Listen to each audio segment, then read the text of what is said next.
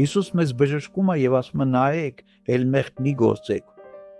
Բայց մենք մեր կյանքի ընթացքում Քրիստոսին ճանաչելուց հետո, Քրիստոսով ողորմություն գտնելուց հետո քանի անգամներ ենք գլխի կոր կանգնել Աստծո առաջ։ Նորից մեղք ենք կորսել։ Այս անդամալույցի նման աղբակել ենք մեր Տիրոջը։ Անարգել ենք իր շնորհը, իր փրկությունը, իր բժշկությունը։ Ամեն անգամ, երբ մենք մեղք ենք գործում, տեսեք, մենք որ լսում ենք այս անդամալույցի պատմությունը, մենք զարմանում ենք, ապշում ենք, երբեմն զայրանում ենք,